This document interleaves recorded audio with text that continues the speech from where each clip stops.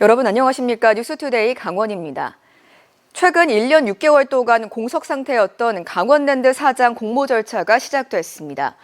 정치적으로 혼란한 시점에 사장 선임이 진행되면서 이를 보는 지역의 시각이 엇갈리고 있습니다. 조규환 기자입니다.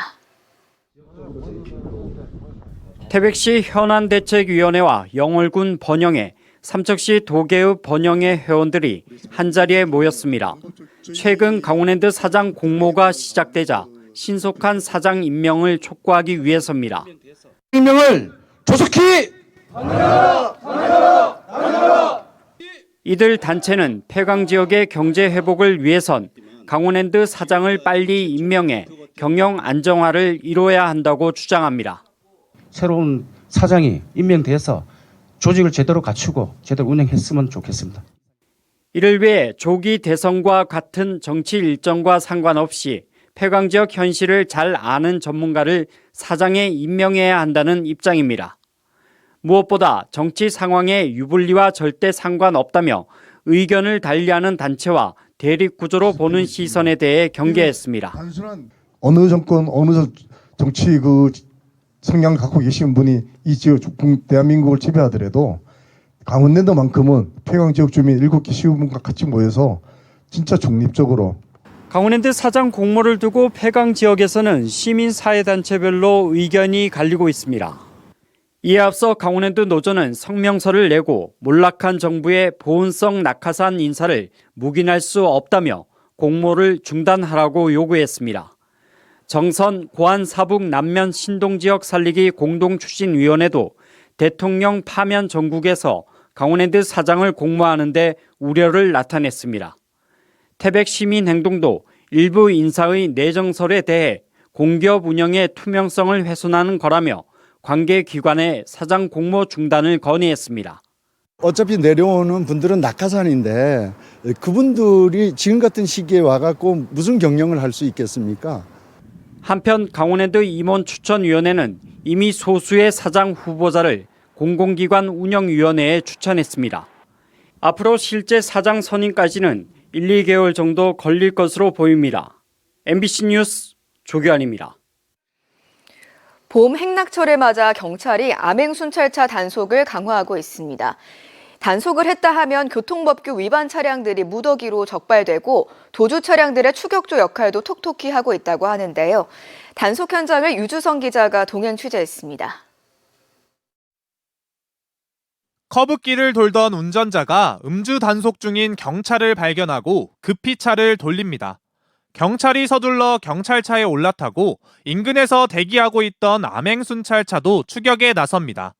경찰차를 앞지른 암행순찰차는 신호도 무시한 채 전속력으로 도주하는 차량을 금세 따라잡습니다.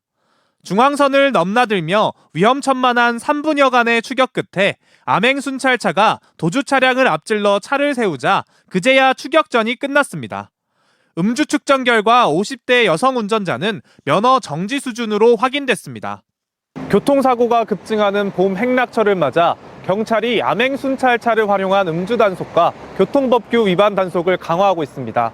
낮에도 적발 건수가 적지 않다고 하는데요. 제가 직접 동행해 보겠습니다. 단속을 시작한 지 10여 분 만에 자동차 전용 도로에서 기준 속도를 초과한 차량이 발견됩니다.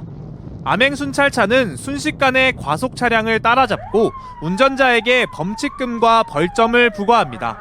80km 구간인데 160km 구간 160km 그래요? 미안합니다. 얼마 지나지 않아 또다시 과속 차량이 적발됩니다. 경찰이 직접 붙잡진 않았지만 이렇게 암행순찰차의 단속 카메라에 걸리면 역시 과태료가 부과됩니다. 주말에 우선 많고요. 뭐 시간대는 이제 출퇴근 시간이나 이제 한 오후 4시 이후에 그럴 경우에 이제 차들이 좀 과속한 차량이 좀 많이 문제가 되어 있습니다.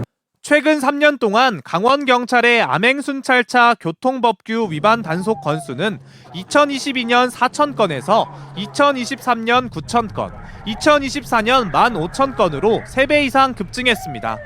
강원경찰이 보유한 암행순찰차는 총 9대로 행락 차량이 많은 고속도로에 6대가 배치됐고 2대가 강원 전역을, 한 대는 원주에 상시 배치돼 평일과 주말, 낮과 밤을 가리지 않고 매일 단속에 나섭니다.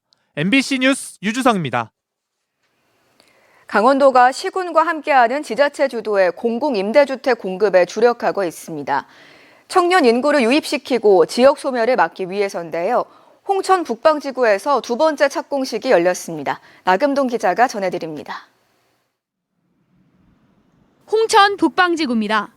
강원도와 홍천군이 공공임대주택을 건립할 곳입니다. 291억 원을 들여 3,600제곱미터에 지하 1층, 지상 13층 80세대 규모로 짓습니다. 전국 최초 지자체 주도 공공주택 사업으로 민선 8기 강원도정의 10대 전략과제 중 하나입니다. 공공임대주택이 이번에 들어서는 부지입니다. 도심지와 가까워서 정주 여건이 좋다는 평가를 받고 있습니다. 청년과 신혼부부가 주된 공급 대상입니다. 2027년 상반기 입주를 목표로 내년 말까지 준공할 계획입니다. 강원도는 임대료를 주변 시세의 절반 수준으로 낮출 계획입니다. 공급 면적 56제곱미터의 경우 한 달에 평균 15만 원, 72제곱미터는 평균 21만 원입니다. 보증금은 최대 1,500만 원으로 하고 30년까지 살 수 있도록 했습니다. 기존 임대주택과 달리 돌봄센터와 카페 등 다양한 편의시설도 갖춥니다. 요즘 경기도 안 좋고 물가도 많이 오르고 솔직히 집값 이런 많이 올라가잖아요. 청년들의 부담감이 줄고 그렇기 때문에 경제적으로나 미래를 생각한다면 많이 좋은 것 같아요. 강원도는 공공임대주택이 한국주택토지공사가 추진하던 임대주택 공급의 한계를 극복하고 청년층의 정착과 지역 소멸을 막는 데 도움이 될 것으로 기대하고 있습니다. 인허가 기간이 굉장히 길어지고 설계도 지역의 이 특색을 반영하기가 어려웠는데 이것을 전부 이제 지자체가 주도적으로 하다 보니까 인허가 기간도 짧아지고 거기에 딱 맞는 맞춤형 설계가 가능해지고. 강원도는 현재 도내 6개 시군에서 1,823억 원을 들여 공공임대주택을 진행하고 있습니다. 오는 8월 준공을 앞둔 영월, 이번에 착공하는 홍천을 포함해 태백, 정선, 강릉, 화천에서 차례로 건립할 예정입니다. MBC 뉴스 나금동입니다. 강원도가 원주시 불온 일반산업단지에 추진하는 반도체 소모품 실증센터가 본격적인 설계 단계에 돌입합니다. 반도체 소모품 실증센터는 지난해 5월 정부 공모사업에 선정된 국가 직접사업으로 국비와 지방비 등 427억 원이 투입돼 불온 일반산업단지 내 지상 2층, 연면적 2,400제곱미터 규모로 건립됩니다. 강원도는 오는 9월까지 설계를 마무리하고 11월 착공해 2027년 준공을 계획하고 있습니다. 강원FC가 아시아 챔피언스리그 엘리트 첫 진출권을 확보하고도 강원도에서 홈경기를 치르지 못할 가능성이 제기되자 육동안 춘천시장이 다각적인 방면으로 춘천 개최를 검토하겠다고 밝혔습니다. 육 시장은 송암 주경기장은 이미 올 하반기에 선수 휴게실을 비롯해 시설 개선이 예정돼 있다며 춘천에서 개최할 경우 강원FC와 재정 분담과 K리그 경기 일정 조정 등 여러 가지 조율이 필요하다고 말했습니다. 이와 관련해 강원FC는 최근 춘천시에 협의를 제안했고 이번 주에 실무진 협의가 진행될 예정입니다. 삼척시가 조기 대선을 앞두고 지역의 핵심 사업 4건을 대선 공약 사업에 반영해 줄 것을 정부와 여야에 공식 건의했습니다. 이번에 건의한 사업은 폐광지역 경제진흥사업과 지정 면세점 설치, 동해선 철도 삼척 강릉 구간 고속화, 삼척 영덕 고속도로 건설 등입니다. 삼척시는 이들 사업에 대해 지역의 수건과 미래 성장 동력을 담은 핵심 과제라며 국가 정책에 반영되도록 정부와 지속적으로 협의하겠다고 밝혔습니다.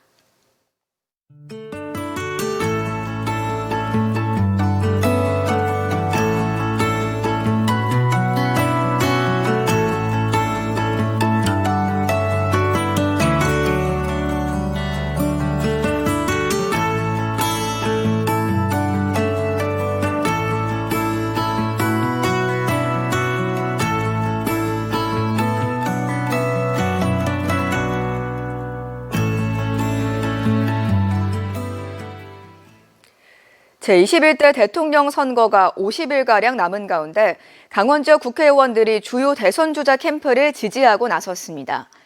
국민의힘의 경우 홍준표 전 대구시장 대선 캠프에 유상범 의원이 총괄상황본부장을 맡았고 이철규 의원은 개소식에 참석해 캠프 합류 가능성이 높아졌습니다.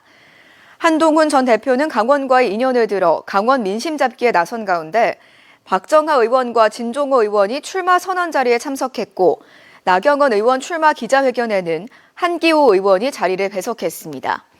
더불어민주당의 경우 이재명 전 대표 체제에서 주요 직책을 맡아 정책 기조를 맞춰온 허영 의원과 송기원 의원이 경선부터 선거를 도울 것으로 보입니다.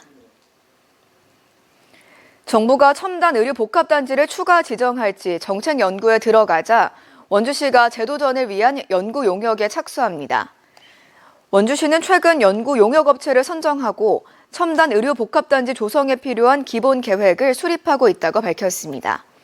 16년 전 정부 공모 과정에서 기대가 높았지만 대구 오송에 밀렸던 원주시는 주력인 의료기기 산업을 점검해 지역 특성을 내세우겠다는 전략입니다.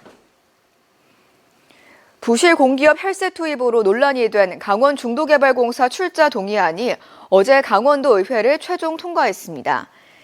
이에 따라 레고랜드 주변 하중도 개발을 추진하는 중도개발공사의 자금 유동성 위기를 막기 위해 강원도가 또다시 예산 245억 원을 투입합니다.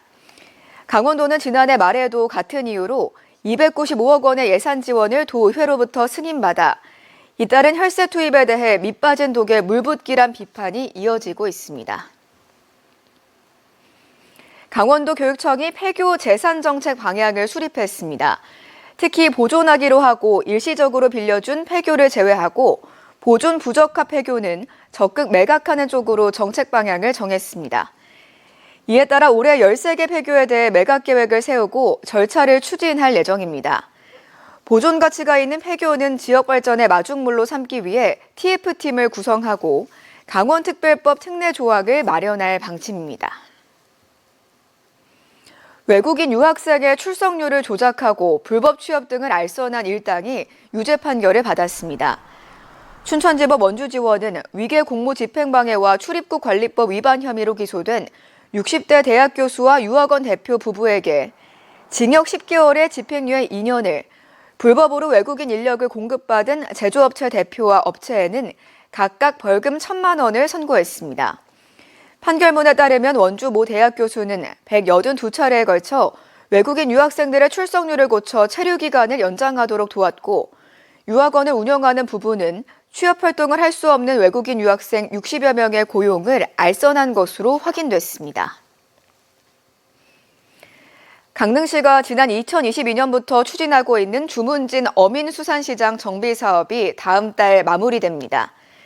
강릉시는 모두 6천여만 원을 들여 지난 2022년부터 낡은 천막을 교체하고 해수 공급시설을 개선해 자연재해로부터 어업인을 보호하고 위생적인 수산물 유통 환경을 만들기 위해 정비 사업을 추진하고 있습니다. 주문진 어민수산시장은 지난 1960년대 초부터 어업인들이 자리에 앉아 어획한 어패류를 팔기 시작해 지금은 연간 5만여 명이 찾는 주문진의 명소로 자리 잡고 있습니다. 바닷속 탄소 흡수원인 해조류와 잘피숲 등을 조성하고 보호하는 조례안이 강원도의회 본회의에서 통과됐습니다. 이상으로 강원뉴스 마칩니다. 고맙습니다.